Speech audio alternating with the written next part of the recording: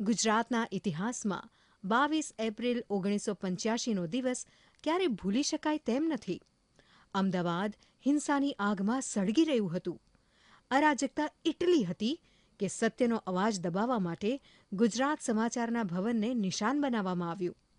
લોખંડી દરવાજા તોડીને ટોળું અંદર ઘૂસી આવ્યું અને આખી ઇમારતને આગના હવાલે કરી દીધી. ચારે બાજુ ધુમાડાના ગોટા અને ભભૂકતી જ્વાળાઓ હતી.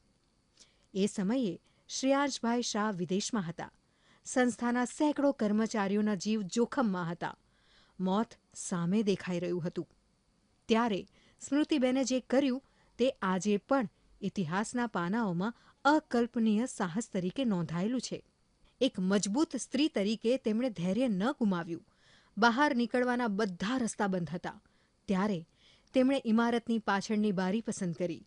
પોતાની અને ઘરની અન્ય સાડીઓને એકબીજા સાથે મજબૂતીથી બાંધીને એક લાંબી દોરડી તૈયાર કરી. પોતે જોખમ ખેડીને એક પછી એક દરેક કર્મચારીએ સાડીની નિસરણી દ્વારા સુરક્ષિત નીચે ઉતર્યા.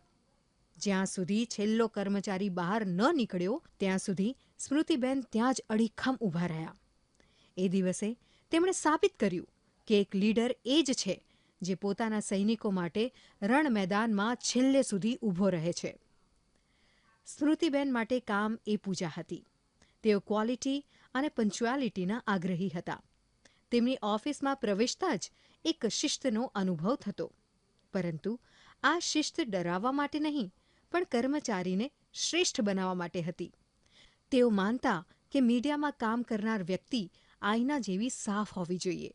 જો કોઈ કર્મચારી ભૂલ કરે તો તેઓ કડક હાથે કામ લેતા, પણ જો કોઈની મહેનત સાચી હોય તો તેને બિરદાવવામાં ક્યારેક કંજૂસી ન કરતા.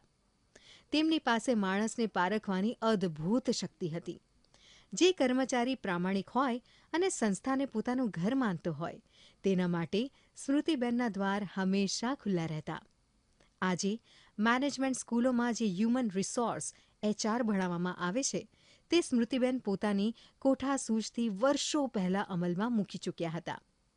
કર્મચારીઓ સાથેનો તેમનો નાતો માત્ર ઓફિસના કામ પૂરતો મર્યાદિત નહોતો. કોઈ કર્મચારીના ઘરે માંદગી હોય, કોઈના સંતાનના લગ્ન હોય કે કોઈ આર્થિક મુશ્કેલી, સ્મૃતિબેન હંમેશા પર્સનલ રસ લેતા. તેઓ માત્ર ફાઇલો નહીં પણ માણસોના ચહેરા વાંચતા હતા. ઓફિસમાં રાઉન્ડ મારતી વખતે જો કોઈ કર્મચારી ઉદાસ દેખાય તો તેને બોલાવી તેની મૂંઝવણ પૂછતા. એ તેમનો સહજ સ્વભાવ હતો. તેમના માટે પ્યુનથી લઈને એડિટર સુધીની દરેક વ્યક્તિનું મહત્વ હતું. અને એટલે જ ગુજરાત સમાચારમાં કામ કરનાર પેઢીઓ તેમને બોસ તરીકે નહીં પણ એક રક્ષક અને વડીલ તરીકે યાદ કરે છે.